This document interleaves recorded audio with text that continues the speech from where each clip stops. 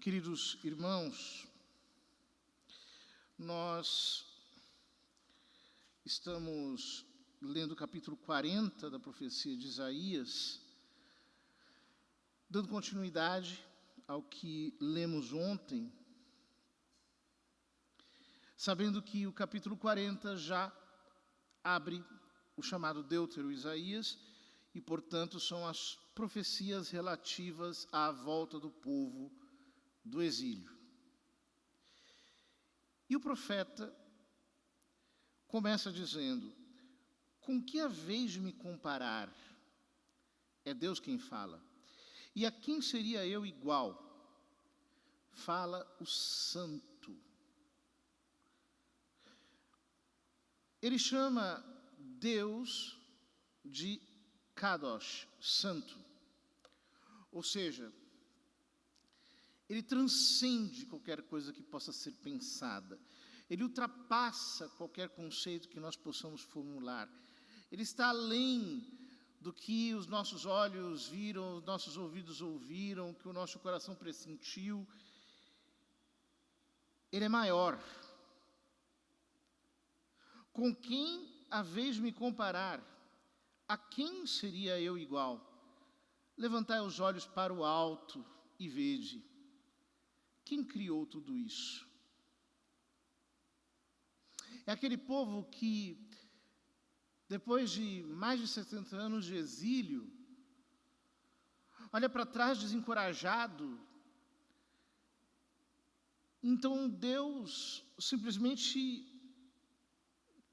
lhes manda levantar os olhos para o céu. Que é o que todos nós devemos fazer justamente quando o nosso ânimo está abatido, quando a nossa vida está como que destroçada na terra. Olha para o alto, levanta o coração. Aquele que expressa em números o exército das estrelas e a cada uma chama pelo nome, tal é a grandeza e força e poder de Deus, que nenhuma delas falta à chamada. Ou seja, se Deus sabe o número de todas as estrelas, se Ele as conhece pelo nome, por que Ele não conheceria o nosso nome? Não saberia quem nós somos? Por que Ele não saberia qual é o nome da nossa dor? Ele é grande, Ele é eterno, mas Ele não se esquece de nenhuma partícula do universo. Então, por que dizes, Jacó, e por que falas, Israel? Minha vida ocultou-se da vista do Senhor, e meu julgamento escapa ao do meu Deus. É uma pergunta que às vezes nós nos fazemos. Parece que Deus não está olhando para mim.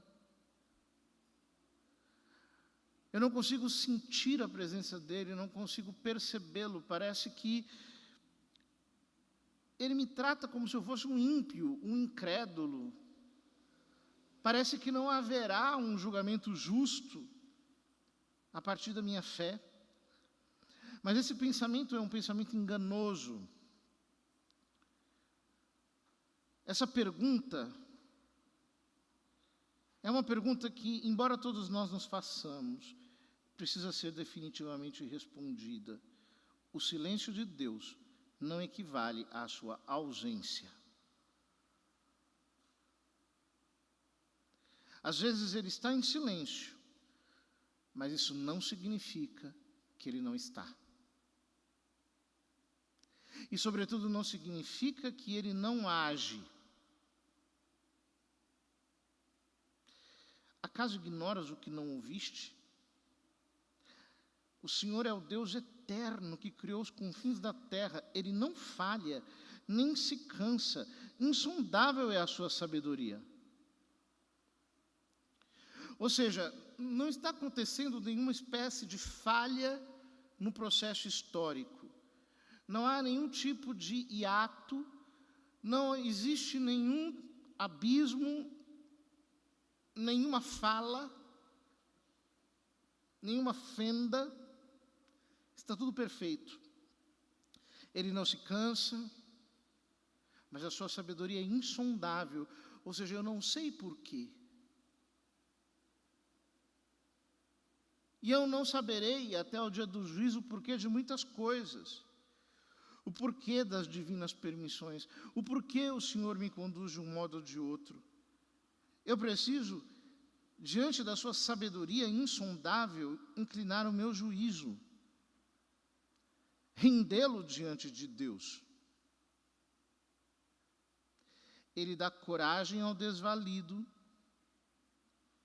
e aumenta o vigor do mais fraco. Cansam-se as crianças e param.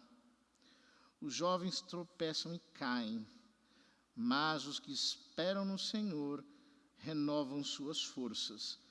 Criam asas como águias, correm sem se cansar, caminham sem parar. Ou seja, todos nós, diante da desilusão,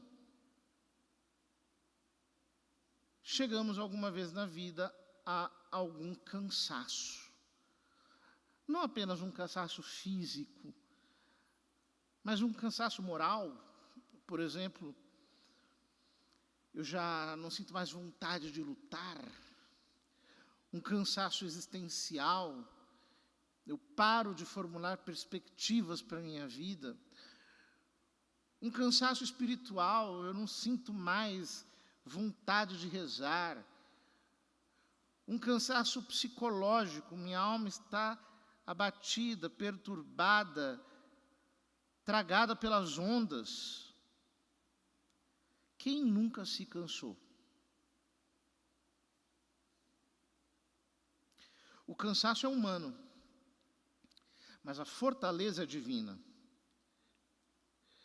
Essa palavra que é como que o coração do capítulo 40, para nós, é uma palavra de esperança. Ou seja, Deus é Deus para nos renovar. O mesmo Deus que é capaz de pegar Israel lá na Babilônia e refazê-lo para que ele seja novamente o seu povo e seja uma expressão da sua glória, é o Deus que pode pegar a nossa existência e renová-la de uma maneira admirável. Todos nós precisamos lidar com términos de estações. Isso pertence à nossa biografia. E quando nós pensamos que nada mais terá graça, de repente, Deus inventa um jeito de nos maravilhar.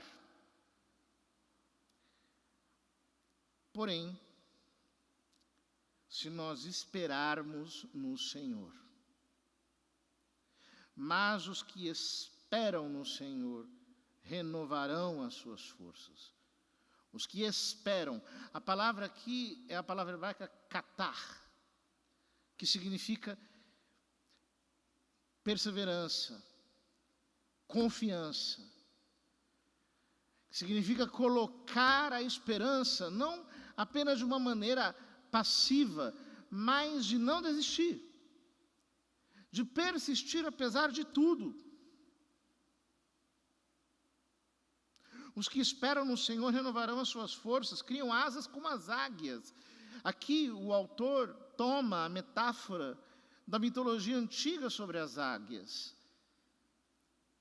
Os antigos diziam que as águias, quando chegavam a um determinado ponto da sua existência, já estavam velhas, elas iam para um lugar muito alto, ali elas quebravam o bico nas pedras e se rolavam entre as pedras até perderem toda a plumagem,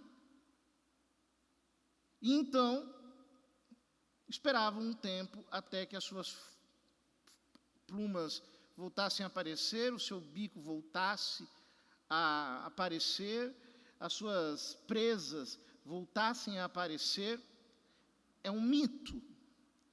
Mas o que o profeta está aqui dizendo é que se nós esperamos no Senhor, isso vai acontecer conosco. Nós vamos ser renovados como as águias, nós vamos criar asas. E assim como as asas correm, as águias correm sem se cansar, caminham sem parar, porque elas vão sendo levadas pela força do vento, se realiza em nós como que aquela palavra que Jesus diz a Nicodemos no capítulo 3 do Evangelho de São João. Aquele que nasce do Espírito é como o vento. Você não sabe de onde vem nem para onde vai. Ou seja, você pode até estar prostrado no chão, mas o seu destino é voar como águia. Você pode ter sido despedaçado.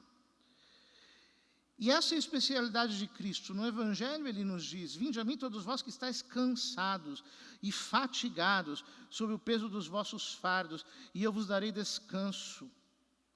Tomai sobre vós meu jugo e aprendei de mim, porque sou manso e humilde de coração, e vós encontrareis descanso. Eu preciso descansar no Senhor.